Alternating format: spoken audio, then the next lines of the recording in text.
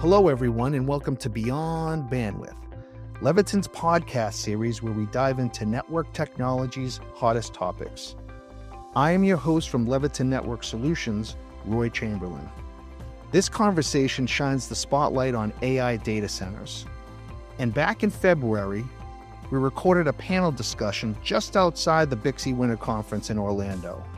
The panel consists of some of the top internationally recognized data center technology experts in our industry.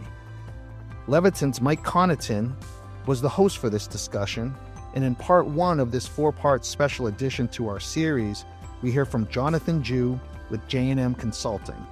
The topic, AI data center reference architecture. So our panelists, the first one you're going to hear it from is Jonathan Jew with J&M Consultants. He's based out of San Francisco. Jonathan has over 30 years experience with over 100 data center projects totaling well over 2 million square feet. He's an internationally recognized expert in data center telecommunications infrastructure and telecommunications administration. He has a leading position in several U.S. national and international standards committees and has received awards from the likes of BICSI, TIA, and ANSI for his contributions. For the purposes of our discussion today, his most notable role is as the editor of the TIA 942 standard on data center infrastructure. Today, Jonathan's going to be talking to us about cabling and architecture changes supporting AI clusters. Without further ado, Jonathan Jew. Great. Thanks a lot, Mike. I appreciate this opportunity to speak to you all. Since we're at a BICSI conference, I would be remiss not mentioning that I'm also the chair of the BICSI Data Center Design Subcommittee, which published BICSI 002, which is the best practices data center design standard. And we also published that in 2024 at about the same time that TI 942C came out. So that's another one of the things that we do here at BICSI. I've worked on a lot of data centers over 30 plus years. You can tell by the color of my hair, which you can't tell if you're on the audio podcast. I've been working on data centers for many, many years, since the mainframe days back in the 1980s.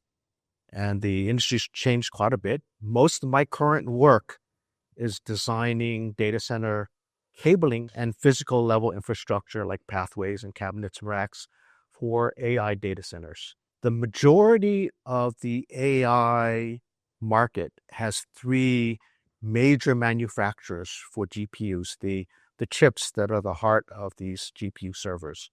There are NVIDIA, which has the vast majority of the market, AMD, which has a smaller share, much smaller share, and then there's Intel. All three of these manufacturers make GPUs, and all of them have what they call our reference architectures, which are the recommended architectures for how you design the networks for servers using their GPUs. If you want reliable performance, if you want the systems to work reliably and consistently, and if you want to be able to scale up your GPU networks and have them function properly. So they have what they call reference architectures. All three of these vendors have slightly different reference architectures, but they all have the same four types of networks. So the main network that you use for these GPU networks are what's called a GPU network. And it's what's called a non-blocking network. So for the NVIDIA architecture, each server, which would have typically 8 GPUs in it, would have 8 400 gig ports. So in the NVIDIA architecture, 8 400 gig ports into what's called a non-blocking network, typically a fat tree. In the AMD architecture, again, 8 GPUs typically with 8 400 gig connections on them. And with the Intel architecture, they have 6 GPU network connections, but they run at 800 gigabits per second, okay? So the current Gaudi 3 architecture from Intel is 6 800 gig. And if you were paying attention at all to the announcements, NVIDIA had already announced a line of switches and network interface cards for their servers that run at 800 gig. So we expect that if Intel's already at 800 gig, NVIDIA would probably do the same, and they'll change 8 400 gig ports to 800 gig ports sometime this year. And AMD will probably follow up and do the same. The first one is the GPU network. The second one is the storage network. And that connects up the servers to a bunch of storage servers. In the NVIDIA architecture, that's two 400 gig connections. In the AMD architecture, that's two 400 gig connections as well. And in the Intel architecture, it's two 100 gig connections.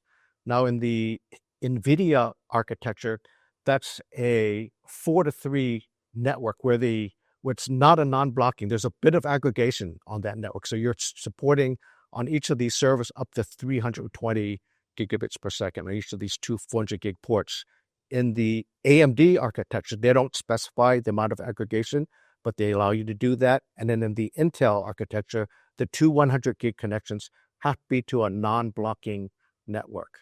Okay, and then there's an in-band management network, but that manages all the software that the servers run, and that's two 100 gig connections for all three of the GPU vendors, and that's typically an aggregated network for NVIDIA and AMD, but for Intel, that's a non-blocking network. They want you to have that non-blocking. And then the fourth network is a out-of-band management network, which is manage the hardware of the servers, like the ILO connections that you would have, or the DRAC connections you would have on the servers. Those run at typically the 1 gig ports on the servers.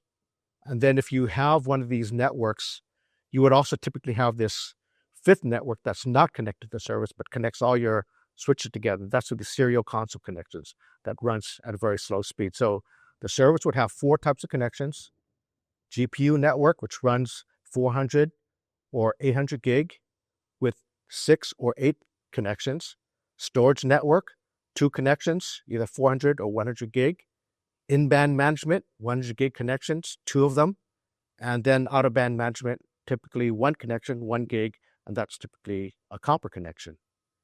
And then on these GPU network and storage networks that run at 400 gig, we use nothing but array connectors on those. On these array connectors, when we're deploying array connectors, whether or not they're multi-mode or single-mode fiber, we're always using an angled connection on those. So in the past, when we used to use array connectors for multi-mode, we weren't using an angled connection. Now, when we're buying transceivers for GPU networks, whether or not they're multi-mode or single-mode, we're always getting an angled connection on them. When you have a non-blocking network on these networks, your switches will typically have as many ports going down the servers as you have going up to higher level networks. So the reason why we have so many connections, other than having 8 GPU network connections, the 2 storage and the 2 tenant network connections on these servers, is because these networks are mostly for the GPU network non-blocking. A non-blocking network would have as many connections going down to the servers as going up to the next level. So if I have a leaf switch, I will have, if it's a 48-port switch, I'll have 24 ports going down to servers and 24 ports going up to the spine. And then the same thing up to the super spine. The spine switch would have 24 ports going down to the leaves and 24 ports going up to the super spine. That's lots and lots of fiber. So when we're installing these networks, we have thousands and thousands of connections that we're installing. And we're using a lot of fiber, which is why it's very, very high density. When we go to 800 gig, before 802.3 DJ comes out, the 800 gig connections that we're installing now use 2 angled MPOs. So we have 16 fibers with 2 MPOs. When 802.3 DJ comes out in March 2026, you'll be able to run 800 gig on 8 fibers, but they'll only be single mode. You won't have a multi-mode option with 802.3 DJ, but it's worth it because now I need half as many fibers.